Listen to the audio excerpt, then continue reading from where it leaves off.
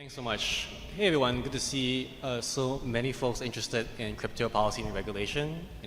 We'll keep this high level. We really want to focus on first principles. So my name is Ming. I'm Deputy General Counsel at Avalanche, and I was a former engineer, so always very curious to dig under the hood to understand how the tech should be categorized in terms of the regulations. I'll let the speakers introduce themselves as well. Joe, maybe we can start with you. Hi, I'm Joe Hall. I'm a partner at Davis Polk in New York and have been active in the crypto space since about 2013. So I'm Luben. I'm head of regulatory affairs at Blockchain for Europe.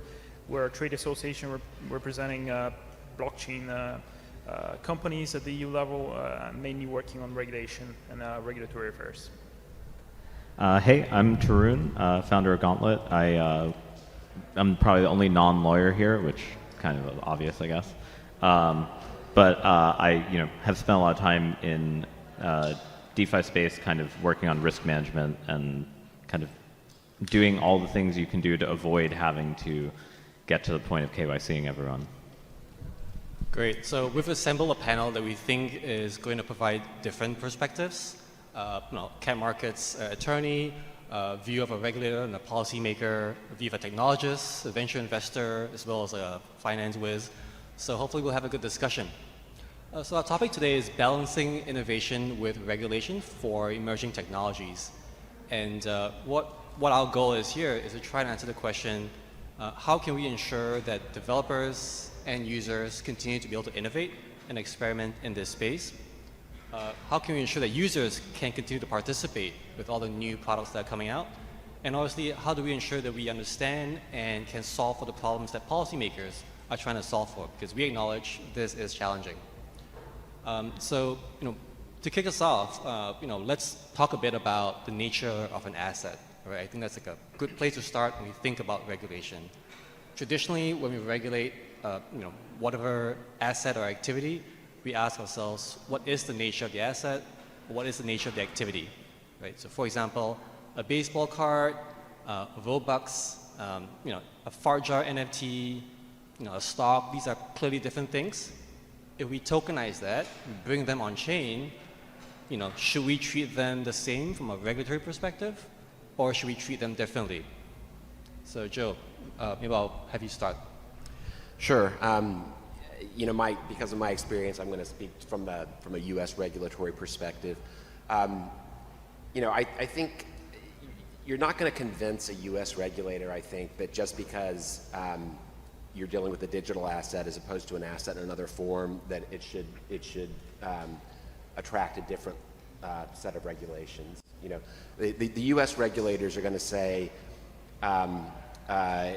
if this is the same asset as in the real world, it needs to be subject to a comparable level of regulation. And I've heard people suggest that, well, if we take a good old-fashioned security, like a share of common stock or a mutual fund share, and we digitize that and we put it on chain, that it should somehow not be subject to the same set of regulations.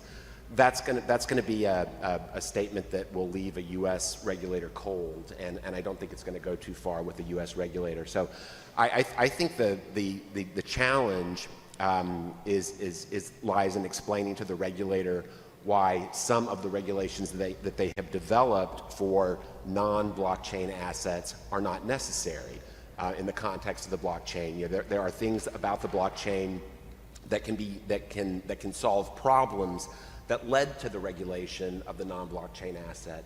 And that, to me, is the key, is helping the regulator understand how the blockchain satisfies some of the regulatory concerns that they already have. So I think I'm going to give the point of view of the regulatory side of things and policy side of things. I think, first of all, I want to mention that what we have at the EU level, just to give you an example, we are currently in the final stages of the markets and crypto assets regulation being developed.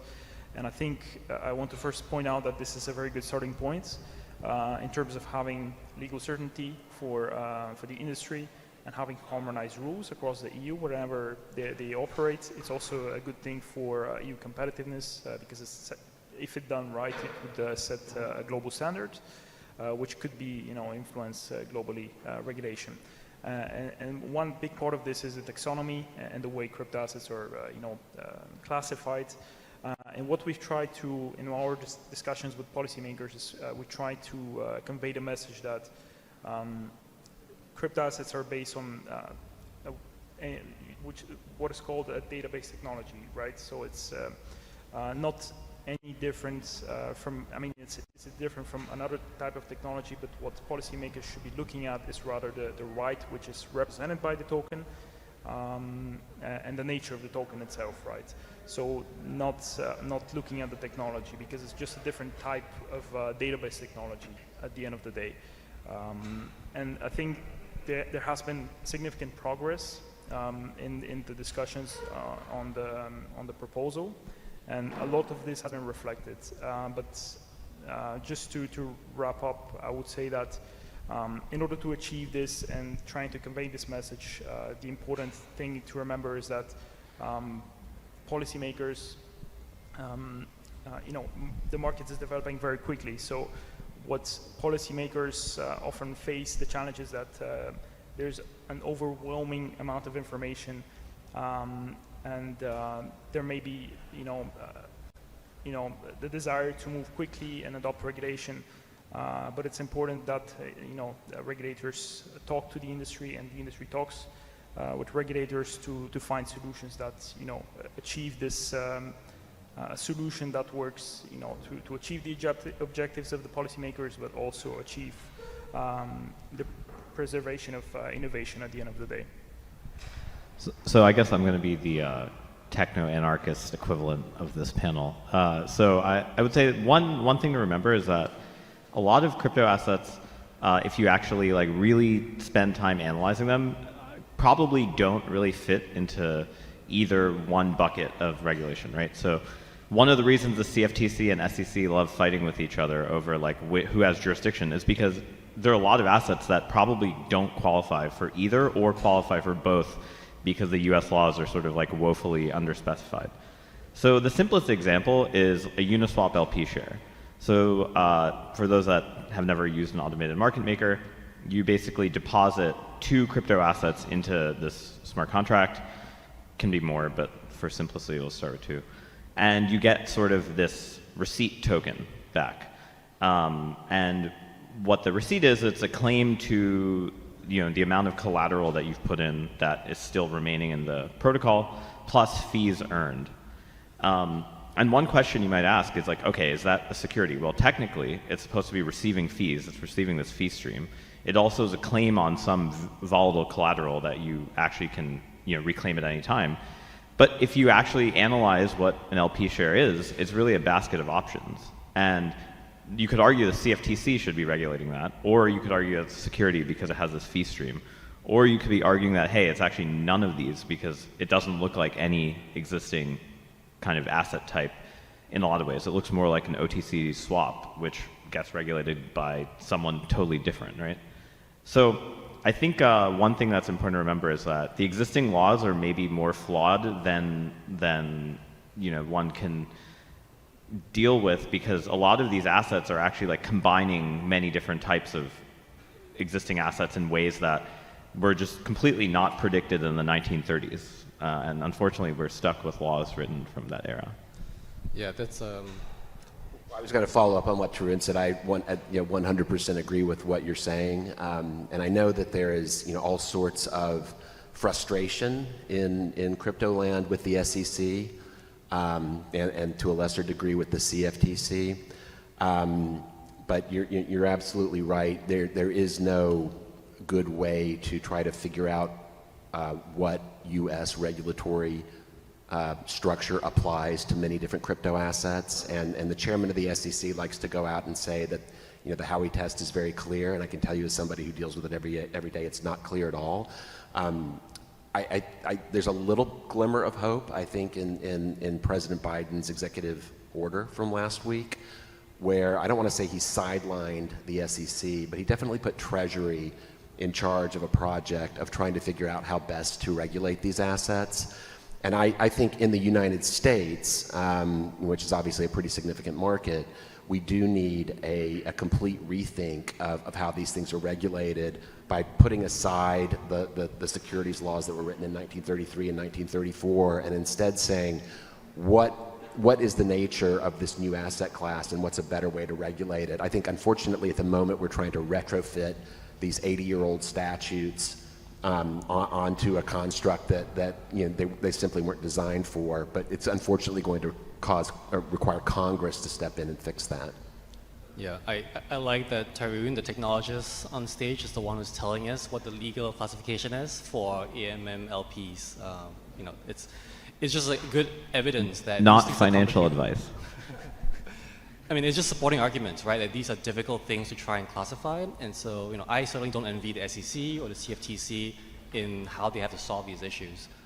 But the bigger point is that one of the benefits of tokenization and blockchain technology is that we now have a really rich way to have composable assets.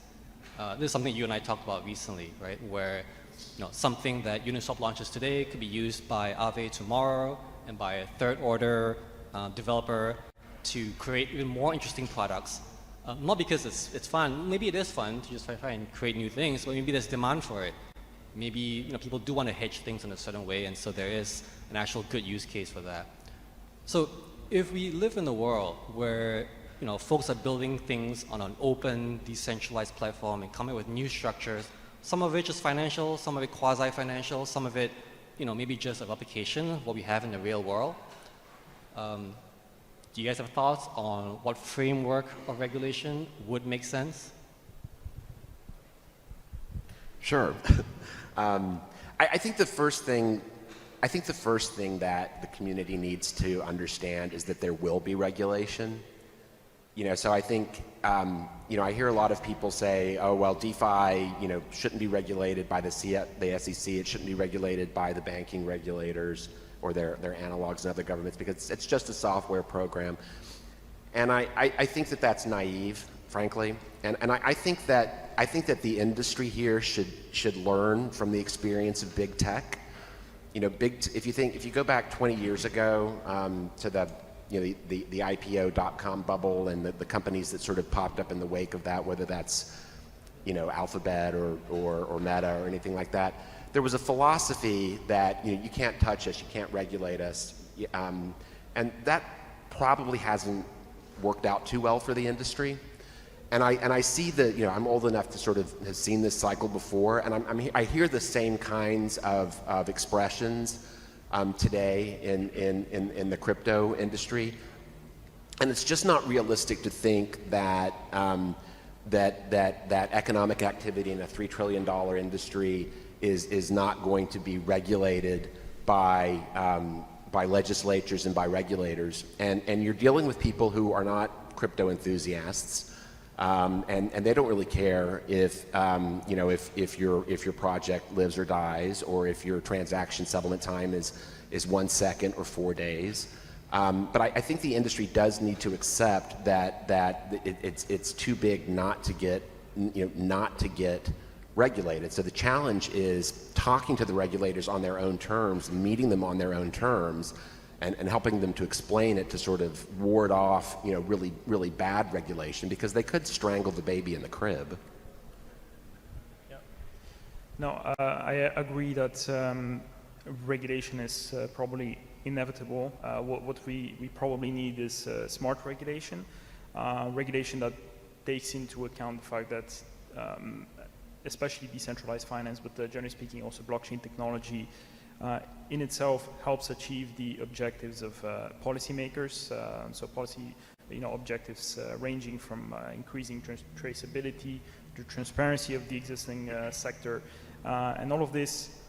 If policymakers together with the industry learn how to leverage blockchain technology to achieve these objectives, that would go a long way. And I would just reiterate what I said earlier, is that it is very important for the industry to talk to policymakers and be proactive about solutions. Otherwise, regulators would just be overwhelmed with the amount of information. Yeah, I think getting back to your question about composability, there's sort of a form versus function question there. if you think about the Howey Test, it has this notion of a common enterprise. Well, if I have one protocol depositing its assets in another protocol, and one of them is earning income from that stream, and the other one is sort of like using the collateral somewhere else, does that count as a common enterprise? I think there's this thing that you have to think about, especially in DeFi, where what's really happening is you're unbundling the investment bank because you're effectively replacing a lot of lawyers. Like a lot of these kind of like bespoke OTC contracts are now sort of exchange tradable almost instantly upon being tokenized. And so once that happens, when you're sort of doing this thing of like unbundling banks in a lot of ways, omnibus regulations that are like, hey, like there's a common enterprise earning income here that's dividending that out to shareholders, doesn't really exist anymore because the sets of shareholders are fragmented. They're only getting certain portions of income streams and fees. And attribution is much more important now than it was before. And unfortunately, our regulators are technologically unsophisticated, right? They effectively rely on third-party vendors to tell them what something is or isn't, right? They can't even make that determination themselves. So like in that sense, this notion of common enterprise is kind of blown up, especially in DeFi, but in crypto in general, especially in a post-bridge world. And I think that that's going to end up being the thing that will be the biggest fight between, say, the industry and Congress. Yeah, and the common enterprise is one of the prongs of the Howey Test, obviously, which is a test in the US, which determines whether something is an investment contract. And I think perhaps one response the regulators might have is that that's why folks focus more on the efforts of this prong rather than try to hone in a common enterprise, because it is challenging. Yeah, and I would throw out the Howey Test. It doesn't make any sense, and I can tell you that under the Howey Test, I can make anything in this room a security, including all of you people. I can make you all securities under the Howey Test. And that's really what I was sort of saying in terms of we need a new regulatory framework here. If you just let me say one minute of history. All Howey did, all that case did, was say that an equity investment in William John Howey's Florida Grove in Florida was a security. That's all it said. It had nothing to do with digital assets. And I've spent the last 6 or 7 years arguing with the SEC over whether something is a digital or is a security or not. And they said Bitcoin's not. They kind of said Ethereum isn't. They haven't weighed in on Ethereum 2.0 yet. But basically nothing else is not a security. And so instead we end up arguing over this common enterprise idea or the efforts of others, which shouldn't really matter. And we get this focus on decentralization, which I also think should not really matter. So I think as long as we're stuck in that regulatory framework where we're arguing under Howey, is it a security, is it not a security, we're asking the wrong question. And it's very easy to see why it's the wrong question, because if the answer is yes, it's a security, then we regulate it out of existence. But if the answer is no, it's not a security, then we don't regulate it at all. And there are legitimate consumer protection issues here that are simply not addressed if the answer is, and again talking from the US perspective, because I think MiCA is a move forward here, but in the US, going back to what I said earlier, it cannot be the case that a $3 trillion industry is not going to have any consumer protections. It can't be the case. Yeah. Maybe we can talk a bit about decentralization, because it was a much bigger buzzword 4 years ago from a policy and regulatory perspective. And now it's kind of unclear where it stands. Do people still care about decentralization, right? One thing that we deal with is what does that mean, right? What is being decentralized? Ownership, control, maintenance of nodes, operation, development of functionality, a lot of different areas.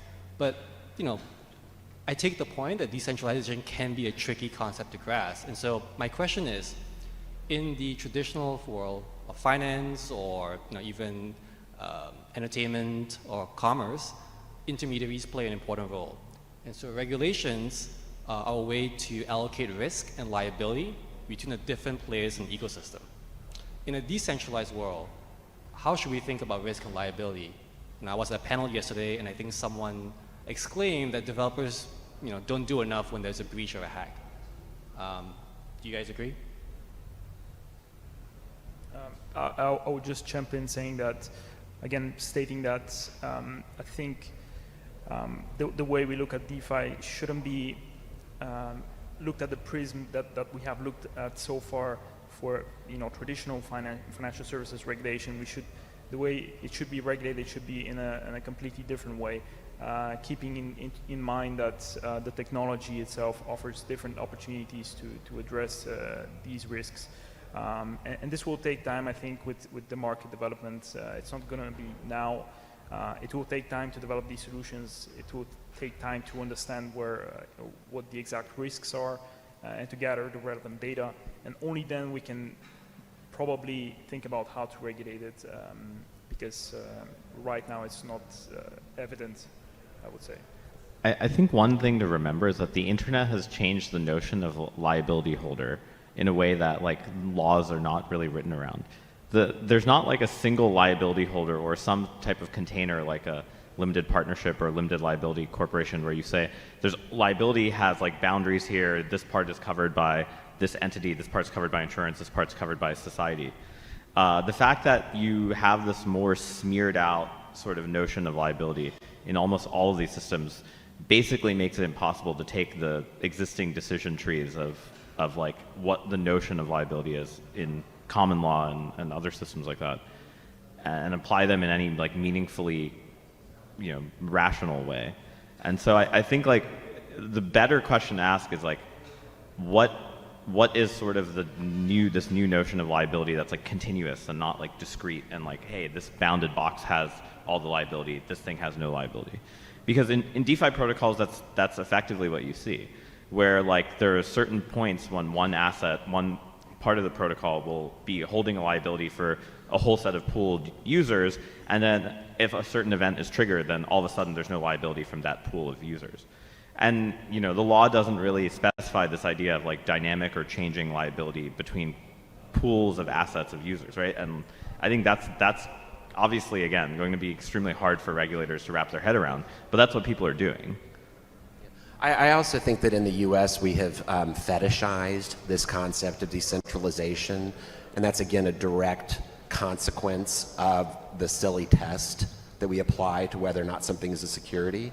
There's obviously reasons in DeFi why we have a level of decentralization, because it's more efficient, it's safer in a lot of ways.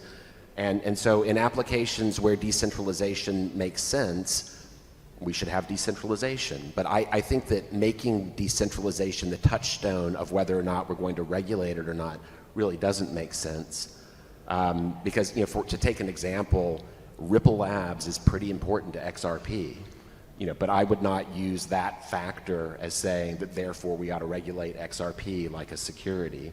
So I'm all for decentralization where decentralization makes sense, but what you see in the United States right now is people, sort of bending over backwards to try to make a network or a protocol appear decentralized so that they can get their lawyer to tell them that it's not a security. And I feel like that's just a lot of waste of intellectual effort that would be better spent improving the application. Yeah, definitely difficult to try and think about, what level of decentralization makes sense in what situations. But maybe because of these novel attributes of the blockchain, transparency, composability, diffusion of liability and responsibility and functionality, maybe we do need to sort of be more creative as a collective, right? It's difficult to just expect the regulators to come up with something new when we ourselves haven't come up with anything new, or at least, not that I've heard, but please, feel free to reach out to any one of us, to me, if anyone has creative ideas. So I see that the clock is ticking down, so maybe we'll just sort of end on this note. Do you guys want to share how you can be reached, social media, email, websites?